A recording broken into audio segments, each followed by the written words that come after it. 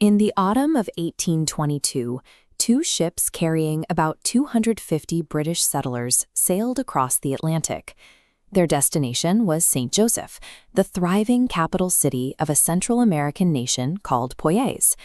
These families were doctors, teachers, and tradespeople who had sold everything they owned for this journey. They carried official property deeds, government commissions for their new careers, and a supply of the national currency, the dollar of Poyais. When they arrived on the coast of what is now Honduras, there was no capital city.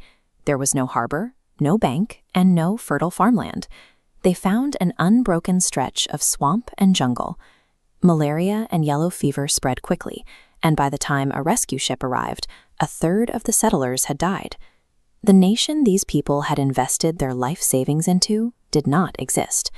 The entire country, down to the flag and the legal system, was an elaborate fiction invented by one person.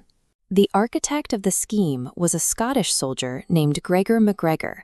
He presented himself to London society as the cacique, or sovereign ruler of Poyais, and managed to entangle over 30,000 people in his web of investments and land sales.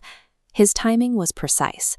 Following the Napoleonic Wars, London investors were sitting on surplus capital, looking for higher returns than domestic bonds could offer. At the same time, newly independent South American countries were opening up, offering high-yield government debt to eager European buyers. This created a specific vulnerability. Information from the Americas took months to cross the ocean.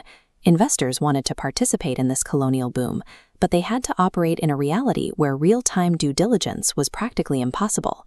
MacGregor succeeded because he found a highly speculative market where rational, wealthy people wanted a lucrative story to be true and lacked the physical means to check the facts. The foundation of the lie was a small piece of truth. During his military campaigns in the Americas, MacGregor acquired a real, legally binding land grant from an indigenous leader on the Mosquito Coast. It gave him the rights to an undeveloped, economically unviable strip of shoreline. Using that exact geography, he built a paper reality.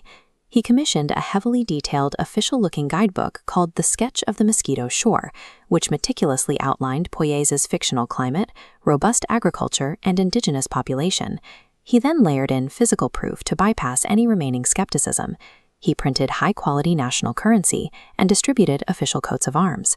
He even opened dedicated exchange offices in London and Edinburgh, where British pounds could be converted into Poyaisian dollars.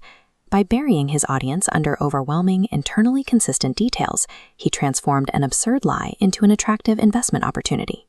The mechanism that scaled this from a local con into a massive economic event was the London Stock Exchange. MacGregor successfully listed sovereign government bonds for Poyais on the open market.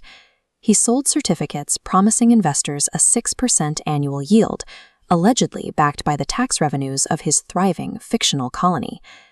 This flowchart shows how an unverified asset gains social proof. When a risky investment passes through the stock exchange, investors assume a baseline level of institutional verification has already happened. The listing itself acts as a substitute for actual due diligence. MacGregor placed his fake country perfectly within the actual market trends of the era. Buyers looking at the boards saw Poyais offering the exact same 6% yield as genuine new nations like Colombia and Chile, sitting right next to them in the listings. Achieving that institutional legitimacy moves the burden of trust. Buyers are no longer trusting the con artist. They are trusting the financial system that allowed him through the door. The physical reality finally caught up to the paper reality in late 1823. The surviving settlers returned to Britain, physically broken and financially ruined, bringing stories of an empty jungle. When faced with public exposure, MacGregor pivoted. He confidently argued that the failure was the fault of local colonial officials on the ground and the settlers' own incompetence in handling pioneer conditions. He avoided prosecution, quietly crossed the Channel to France in 1825, and launched the exact same scheme for the exact same fake country to a brand new market of Parisian investors. The fact that he successfully sold the illusion twice proves that the vulnerability was not isolated to British investors. It was a structural flaw in how capital markets process high-yield opportunities when facts are difficult to confirm. The British investors lost their money, and dozens of settlers lost their lives. MacGregor, meanwhile, eventually returned to Venezuela, where he was granted citizenship, a military pension for his genuine service years earlier, and died peacefully in 1845 with a state funeral. The disaster of the Poyais bonds forced the British financial system to adapt.